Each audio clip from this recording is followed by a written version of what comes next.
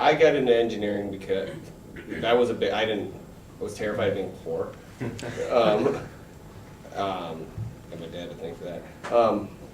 No, what I did was I went into engineering because I said I like building things, and so I'm gonna just pick the hardest thing I can do. And I wound up on mechanical engineering, and I figured that's gotta pay well.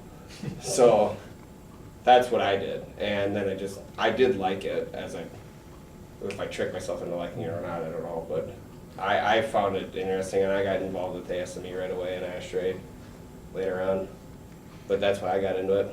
I kind of followed the thought that do it and the money will come. And I realized, I've been in the industry now 10 years, and I guess I would say that the money it's maybe slightly above average of what other fields might generate. It's by no means as cool or as innovative as the biotech world or the information technology realm, but you got to think long term here, and you also got to realize that so many other doors open for you down the road that with your engineering background you will succeed at. You look at the other fields you could go into, if you took those purely as undergraduate courses, what you're going to find is you're going to most likely be a statistic that those successful in those easier courses, easier fields if you will, there's maybe less than 10% that are successful, that make the big bucks. And if you look closely, they're successful because guess what? They have a robust technical background, most likely engineering based. So that's, if you're not interested in, if you think you're going to make money in engineering, just be honest up front, entry level, take what you get experience, just know that 5 years down the road, everything changes. And the grass might appear greener to take an easier route in undergraduate school, but just know that you got to have something that you bring and add value to. You need some niche technical expertise you don't get unless you take an engineering-based course.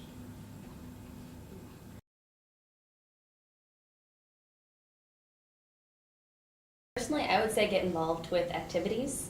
It helped me a lot. I ended up getting my job from being a part of ASHRAE that I currently have. So if you can get into activities, doesn't even matter what it is, I think that'll help a lot. Yeah, in general, networking. I got my job the same way with networking. Just know that it's a broad field, so keep your options open. Try to learn as much as you can from as high a level as possible. Know if that's the area, or if there is any area you want to focus in on, and focus.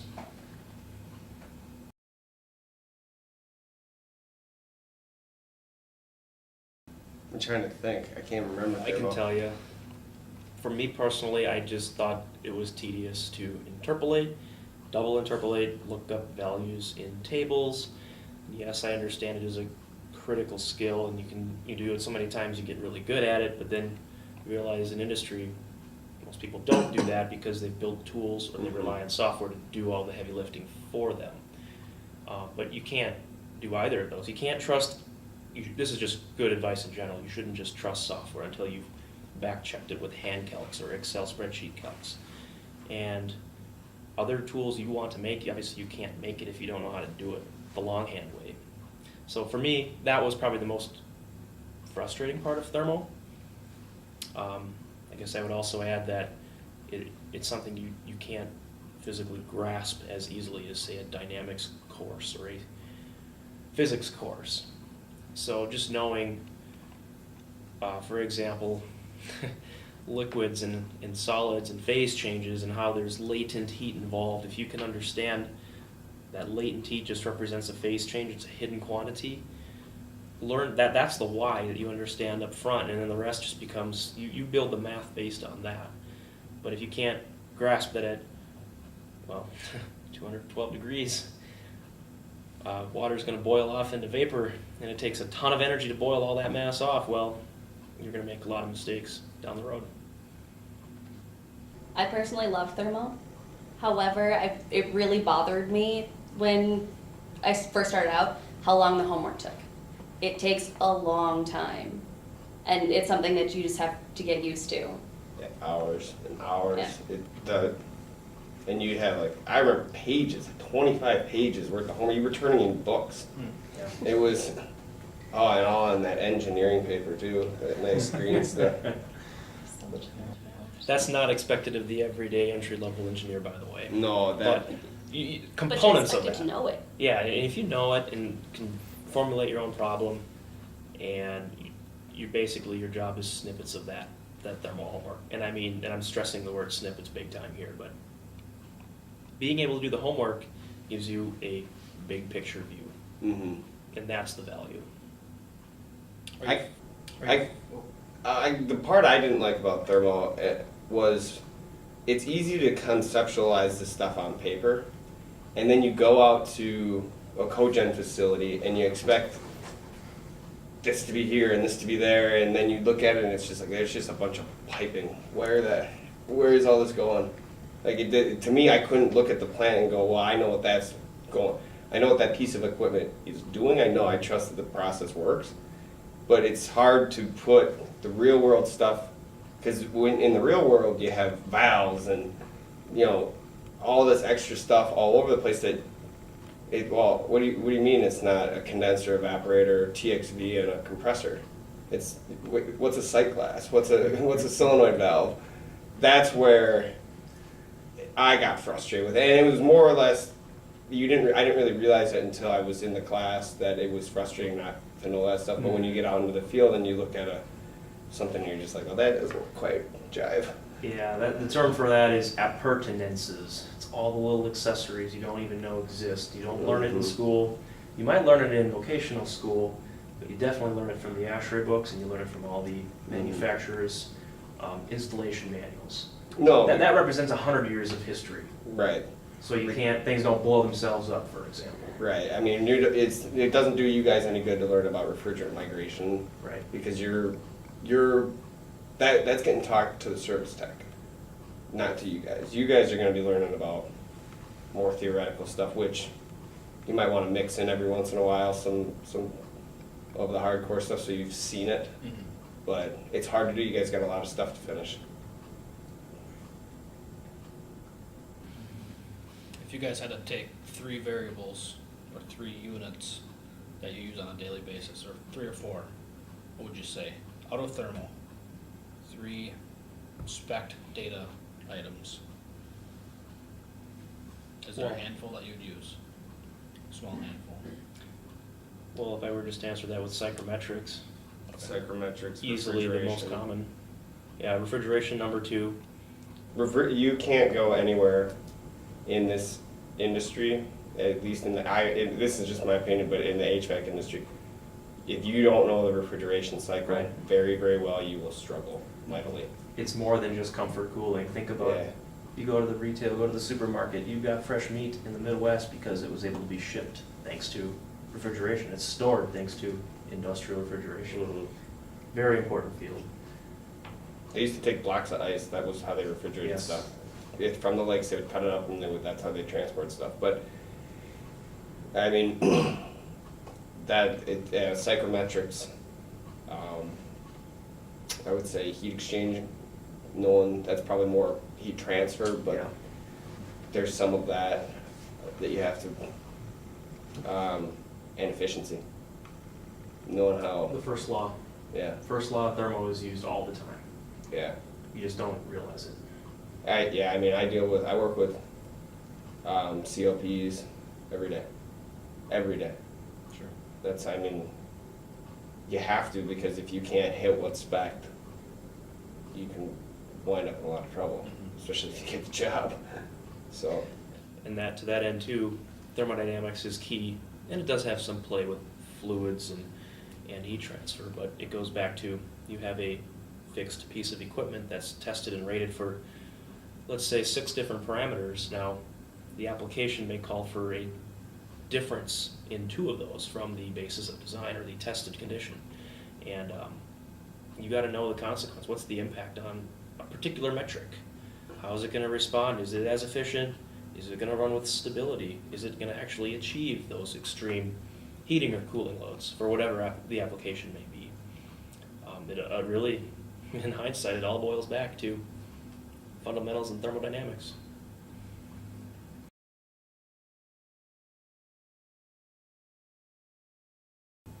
Well, to be honest, but so here's the thing. So I'm in a position too where I work with entry-level engineers, and I distinctly remember what it was like being an entry-level engineer. The expectations were obviously low. Go in, prove yourself, do a simple task, prove to me what you learned in your school, whether it be an HVAC load calc or some simple principle. Just apply it, and then that just multiplies in volume. You get more responsibility.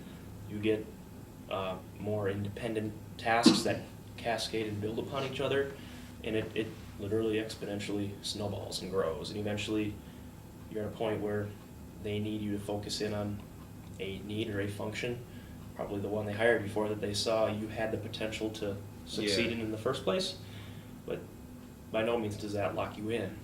A lot of these employers will offer you a different role if you want it, or you might choose to stay. And it all depends on the employer. Some of them are, you're in a generalist role where you do a lot of a little bit, and you lean on other people to really focus in and drill down, whereas, and a lot of times those people you lean on are the people right out of school, and you're there to coach them and point them in the right direction. You don't want them spinning their wheels, but there's a mantra out there of sink or swim, and that's one way for an employer to know what they got in their new hire. And you as a new student, you shouldn't be intimidated by that one bit.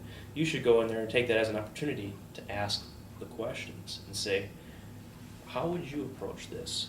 Or, this is what I'm thinking, or these are my preliminary numbers, but something seems off because of my education says otherwise. So they appreciate being challenged in the workplace, because at the end of the day, if you can help them deliver a better product, a quicker product, do it for less money, it's win-win for all.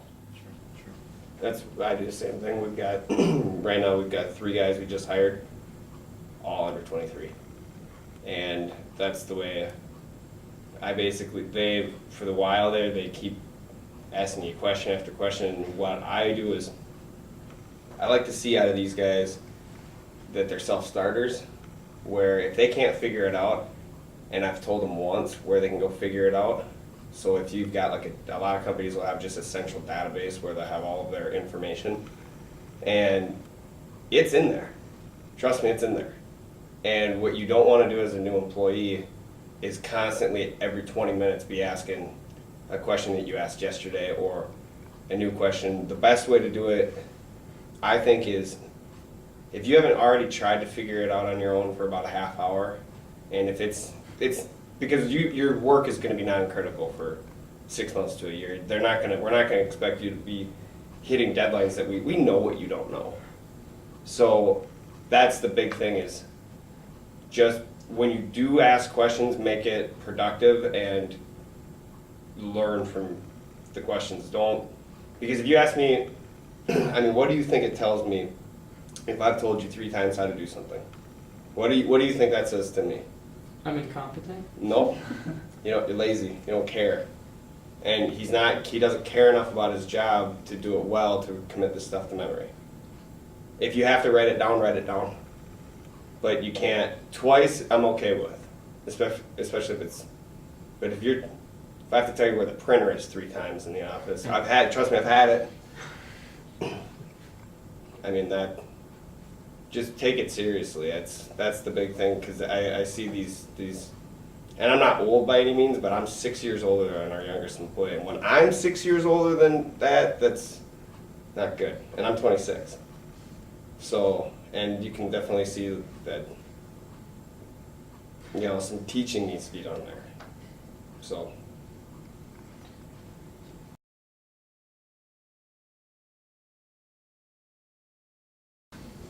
In our generation, we want instant gratification. We want comfort. We want it now. It'd be a problem in Minnesota. I bet if you take away the heating in Minnesota, you'd be surprised. What we find is people in Minnesota are much more reactive to when their cooling goes than when they're heating. They'll wait weeks to fix their heating. They'll wait a day. You can't get there fast enough for cooling. Mm-hmm. Even if it's only 85 degrees outside, you will get an angry call. And what do you mean a service tech is going to be out here tomorrow? Are you kidding me? Come out and fix this. So, there is that aspect where you do get the call from, whether it's commercial or residential. I mean, you do want to help them, but yeah, if our industries went away, Every product and technology comes from a need mhm. that, people say I need something, so that's why we're around. I mean, we need engineers for every one of those. So. Yeah, there's no way, so HVAC will never go away. You need to heat buildings to protect them from freezing and frost heaving. But what I would say is what you learn in that engineering track is directly translatable to any other technical field you want to go with down the road. You're versatile if you go the mechanical engineering route. I want to back it up to the environmental thing again. So my goal in life is basically to save the planet. I really want to help the environment, whether it's with recycling or with renewable energy, be it wind or solar. And right now I ended up in energy modeling, so I help make buildings as efficient as I can, just because I'm really into the environment. I want to do my part. See, we just let you guys handle that. I go, how much money can I make on this? Yeah, and at the end of the day, though, owners, people that are buying your products, they want to know what's the impact. Yep.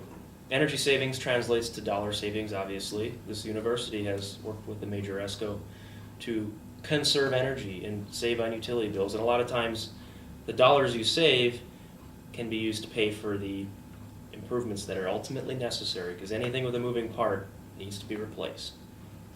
HVAC equipment is not an investment. It's just like a car. It depreciates, it has a finite life. And now the challenges we often see is, well, how do you address those? Because everybody's budgets are diminishing. And then if you're conserving energy, by the way, there is an environmental component that certainly can't be overlooked. And whether the owner is compelled to do it, or whether, a lot of times too, these owners don't even know what it means for the environment. But there have been imposed goals or requirements that they must reduce emissions by a certain percentage at a certain year, and there's penalties for not doing so. So at the bare minimum, our country has seen the value in reducing energy consumption and emissions, and it's up to us, the professional, to communicate that to the owners and show them what it is we offer, how much, nominally speaking, are we talking here.